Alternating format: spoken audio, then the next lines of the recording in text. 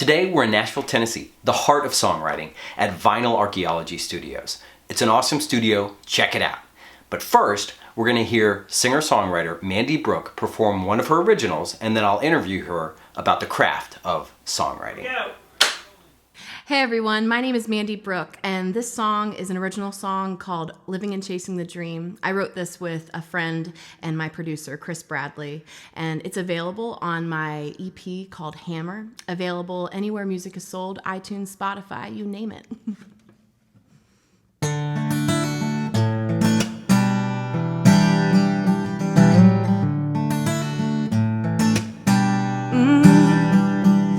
Hustling tables at the diner, living on a ramen diet, just a baller on a budget, trying to rub some lucky pennies together. Music City looks so lavish, a carrot dangling for the rabbits. We're all ambitious and we're racing, trying to reach our destination, just a bunch of rock and roll romantics. I said, hey, hey, hey, I want the spotlight shining on me, playing to a sea full of cell phone screens. And I said, hey, hey, hey, I'm gonna make them dance, make them move, make them sing, yeah. Until then, I guess I'll be living and chasing the dream. Working hard and playing harder, dodging sharks and dirty waters. We're all hungry for a deal and the struggle couldn't be more real. But I'm gonna fake it till I make it, from the bottom just like Drake did, making forever 21, looking like $1 million, showing off like I got my big break. I said, hey, hey, hey, I want the spotlight shining on me, playing to a sea full of cell phone screens. And I said, hey, hey, hey, I'm gonna make them dance, make them move, make them sing. Until then, I guess I'll be living and chasing the dream. You know I ain't slowing down, cause I know I'm gonna make it. I got a fast pair of shoes for the dreams I'm chasing, yeah. And I said, hey, hey, what? I want the spotlight shining on me, playing to a sea full of cell phone screens. And I said, hey, hey, hey, I'm gonna make them dance, make them move, make them sing, yeah. Until then, I guess, hey, until then, I guess I'll be living and chasing the dream. Ooh.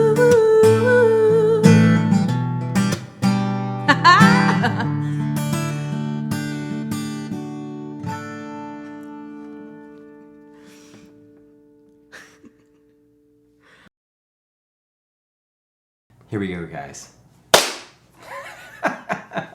Mandy, it's so good to be with you. Thank you for sharing that song. Thank you so much. Well, what's it like to perform that song? What does it mean to you? Oh my gosh. Well, when Kris and I wrote it with a friend of mine, Kris Bradley, and she is, like, we're both in the same, arena of songwriting and artists that just trying to make it. So that song, when I sing it, is just speaking to the musicians in Nashville, because it's so hard and so rewarding at the same time to be a songwriter here. There's so many highs and lows. So, and what's the dream for you? What does it look like? The dream for me, wow. Goodness. The dream for me is being happy and content and at peace. That's what I strive for in every aspect of my life. I just want things to flow. So whatever that means. Tell me more about kind of the lows and the challenges you talk about, just kind of being a musician and an artist. Well, one of the lines in the song is like swimming with sharks, industry sharks. Yeah. If you move to Nashville, you're going to meet quite a few of them. And they're going to give you so many promises and so many things, and it is what it is. But that's usually the hardest part to get over. And then, you kind of just start helping yourself along the way, and it ends up being a good learning experience. So tell us more about the lessons in the song, the lyrics. How did you come up with the lyrics and the whole story of the song? Well, Kris Bradley, she actually came up with the idea of Living and Chasing the Dream. She had that title. Yeah. And I believe I came in with the guitar part and like the hey, hey, that part. And that's it. Yeah, yeah, yeah.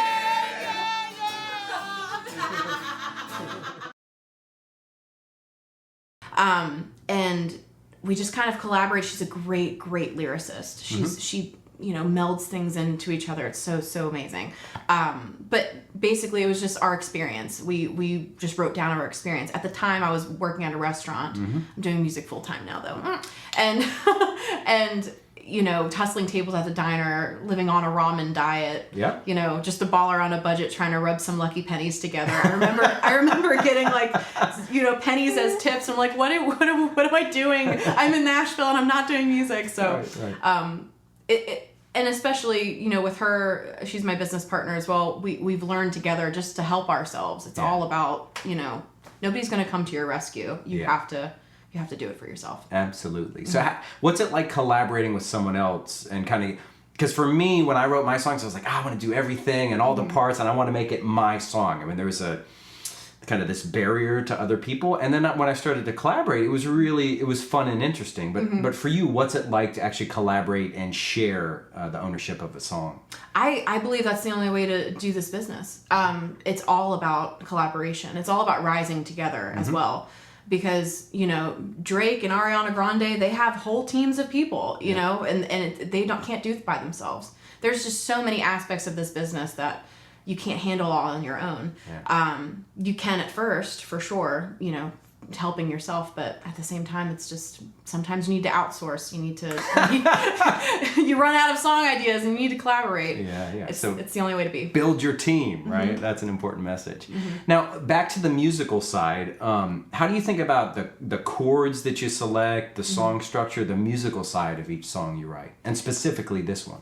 Specifically this one, I always come up with the melody and the guitar part first, or the music just in general. That's the only way that lyrics can kind of come to me. And then after that, I just kind of mumble stuff with the melody, especially at this certain point we had already a title, so we wanted to write to that title. And I loved focused songwriting sessions, but most times I'm just kind of flying by the seat of my pants. As far as structure goes, though, you kind of internally know where to go with the music. Right. I mean, unless you're writing for TV and film, and that's a completely different ballgame. But songwriting in general, it's just verse, chorus. And this structure, I mean, it's a general structure. I mean, kind of verse, chorus, verse, chorus. There's a bridge and a chorus and a cool outro.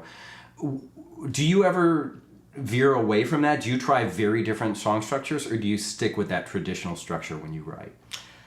It's whatever the song really calls for. I've written songs that only have one verse and then a really, really long chorus and then a bridge. It just depends on how you're channeling that art and what comes out of your mouth.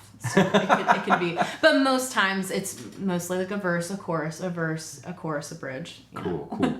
Now, what about the technique? Sometimes you're strumming, but also you've got some fabulous finger technique, and you're kind of getting the pick back and forth. Thank you. When do you choose to do the finger style versus strumming? It's kind of the same thing, actually. I feel the song out. I love dynamics. So if I can build the dynamics through the song, especially if I'm playing on my own without a band, that's very, very important. So switching between the finger picking and strumming really gives those dynamics to the song. Very cool. Very cool. Is there anything else in that song that you want to share that is important to you, or some really important message in the lyrics or the music? Just nothing's impossible. Yeah. Nothing is impossible. Nothing. As long as you keep focused and you have perseverance and you have that motivation, if you're going into it for fame and fortune, you're going into the wrong reasons. You need to love this job. Everybody always says that it's kind of a curse to become to become a songwriter or an artist, because you know, you're kind of most of your life you're banging your head against the wall and you're like, what am I doing to myself? But you have to love it. And I have so much joy when I get on stage and so much love when I songwrite, and I feel that that's my purpose. That's what God put me on this planet to do. So I'm going to do it till the day I die. You're very good at it. Thank you very much. When did you first write your first song? How old were you? I was 12. When 12? When I wrote my first song. What was the song? Oh, God. It was called How I Wish. And it was actually kind of deep. It was a really deep song. But it was about a boy, or not even a boy. It was about a person, like, trying to get through their life.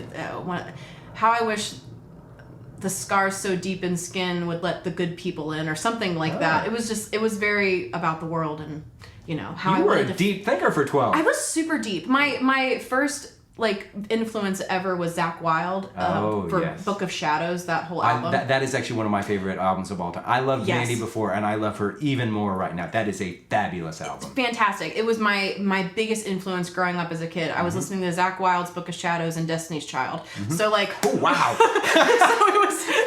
So it was a very, very weird combo, but I feel like it really informed my songwriting and my grooves and everything. Yeah, I have this vision of like Destiny's Child with like a caveman beard and muscles on. Yeah, pretty much.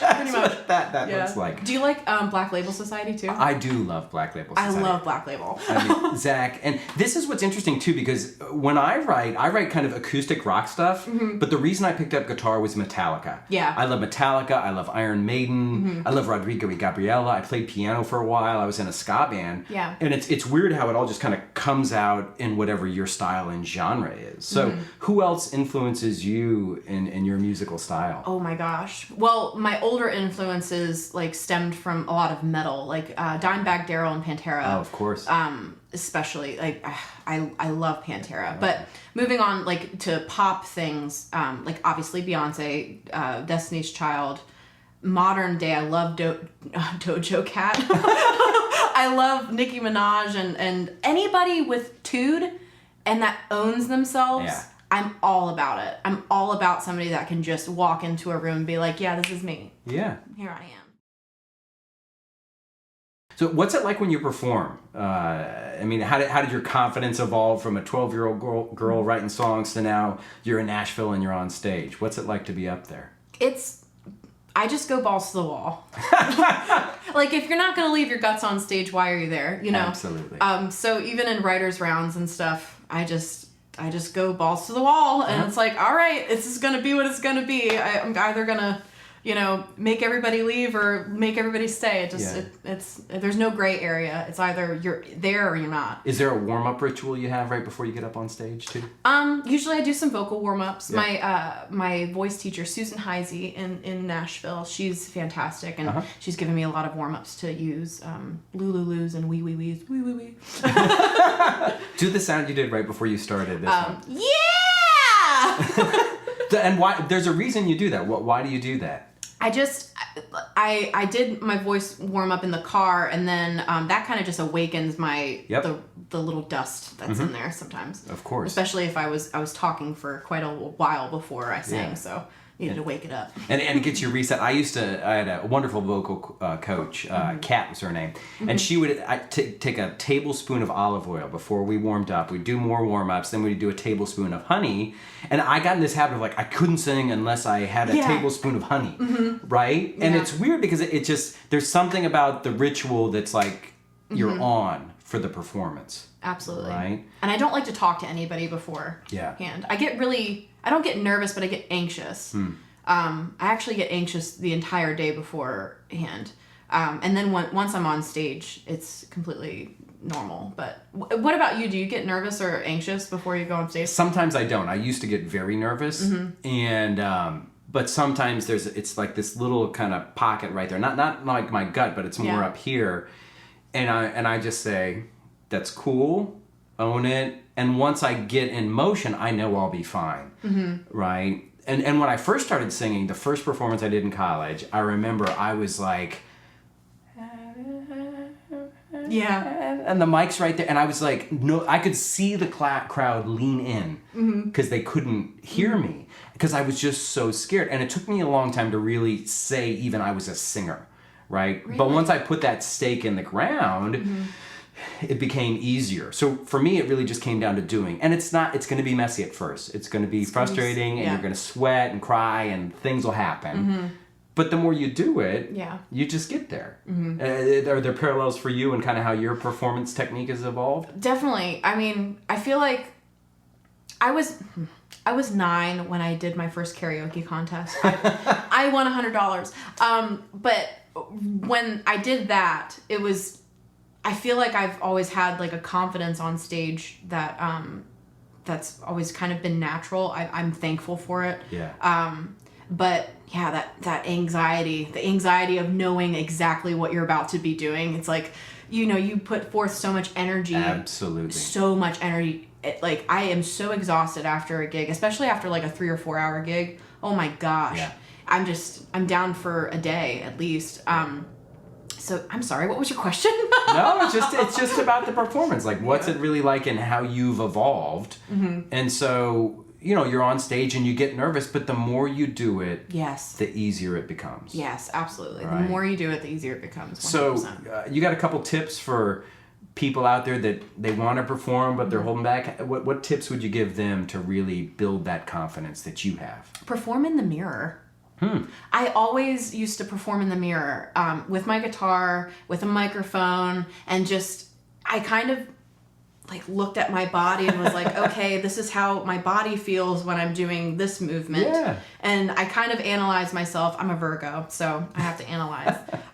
And it really made me way more comfortable on stage, just knowing what my body looked like when I was moving. Because it's all about like entertaining and also, looking good while doing it. Yeah, so. And you want to connect. So. My grandmother, she was a great performer, a tap dancer, and she did TV commercials too later in life. Oh, wow. And I remember I had a speech class in 9th grade, and she said, Bobby, when you give your speech, make an eye contact and make them look at you. Yes. Like, make that person pay attention. And once you've delivered the value, then you can move on to the next person. And I still, to this day, I think about that. And it makes it a more intimate, even in a big crowd where you can get scared, I try and deliver to one person or another. And you'll see a smile. You'll see a moment of authenticity. And for me, I know, hey, it's okay. So what's it like being in the Nashville machine? And what do people need to be aware of when they show up as a songwriter on day one? Everyone in Nashville is really, really nice. Everyone in Nashville, because it's Southern, we all take care of our own. But I would definitely be aware of, just industry people and people making promises that they may not keep. If you're in a few meetings where they're just talking the entire time and you can't get a word in edgewise, you might want to put your energy somewhere else. Okay. I've been there, done that for sure. But this machine is constantly changing, so be adaptable. Yeah, for sure. Be a chameleon. Okay, excellent. We talked about kind of networking earlier. There are these writers' rounds. What are those like? Writers' rounds are basically like 3 or 4 songwriters on a stage, and each person sings a song. So just say like you and I were in one, like you would sing one, and then I would sing one, and then you would sing one. So it's really, really fun, and everyone just like there's an audience, and they like listen for the most part. Sometimes they don't, but sometimes they do. And actually the last one that I was in, you never know who you're going to play with in these writers rounds unless you're organizing it yourself. But we were playing Belcourt Taps, and the man that we were playing with, he was singing these funny children's songs, and they were joke songs. It was hilarious. And we realized at the end that he had written almost everything for A Star Is Born, and with Lady Gaga and Ashley Monroe and all of these people. It was just nuts. So you never know who you're going to meet. That's another thing. You never know. The most unsuspecting person is usually the most successful person in the room. No, that's awesome, right? I mean, because like we know what the stars look like, but the songwriters, like, everybody's just an average person, and they just have this exceptional craft. Absolutely. Right? I remember when I was in Atlanta this summer, where I live, And I went to a writer's round his first time, and I just went to watch, and I was kind of trying to make connections for Chord Savvy. I was networking. And I introduced myself to all 4 of the songwriters afterwards. And Jeff, who's now a friend of mine, he introduced me to Mandy. And then another guy there I got 3 or 4 gigs out of. And that just came from showing up and just saying, hey, I'm Bobby, and I've got this YouTube channel, and I was wearing my shirt. I mean, like, you know, you kind of feel awkward, but, like, people really want to help. And I think the musicians that have made it are happy to share. Absolutely. Just like you are. It's all about giving information and rising together. Yeah. Because we cannot do this on our own. It takes a tribe. It takes a family. It takes a city, you know? And I think in Nashville there are Nashville classes, kind of like high school. It feels like high school sometimes, right. Especially with songwriters. They're funny. But let's be real. Every single class of people, you can see like the success in each one, and it's because they collaborated, they rose together. So. Absolutely, all on this crazy journey that is songwriting. Yes, it's the Wild West out here. Yeah, it's always changing. Any kind of parting thoughts for anyone who's new to songwriting? 1, keep writing. Just keep writing. 2, network. 3, help yourself. You know, Google things. I mean, Google is a great tool. If you have a question, type it in Google and you will find the answer. One of the things that I learned this year was to not bog people down with an entire story, like emailing or anything like that. People don't have time. Time is of the essence. You know, they don't have time to waste like reading a whole bunch of stuff. So be direct, be clear with your intentions, and you know, just be yourself, be authentic. Absolutely. And keep writing again. Yeah. Keep writing. And if it doesn't connect, that's fine. It'll connect with somebody eventually. Yes. Right. So, all right. Well, thank you very much for taking the time to share your wisdom and your amazing voice and your talent. Thank you so much. I'm really impressed with the work you do. How can people reach out to you and connect with your art, or talk to you about just as a mentor and somebody who's been in the machine and in the business? I will try my best there. You can find me on Instagram and Facebook at Mandy Brooke Music. Mandy with a Y, Brooke with an E. You better remember me, okay? And MandyBrooke.com as well. And you can message me there as well. Okay, great. Well, we're going to close with a rock on! That's right. And all right. So anyway, thank you very much, Mandy. Thank you. And to all of you, feel free to share, ask questions, and reach out to Mandy or myself. And thank you very much for listening. Thank you. Of songwriting, even though I did it backwards. Oh, that was good though. Okay, I think we're good. We are so professional. Oh! I'm so many we are not professional. There's a camera, there's a microphone did right I record that? Yeah, we got that. Yes! Head banging. Outtakes. That's right. We're so professional. Burn! That's right. That's a solid condenser mic right there. Oh gosh, that's gonna be a clip reel. Okay. Figaro. All right. So, Mandy,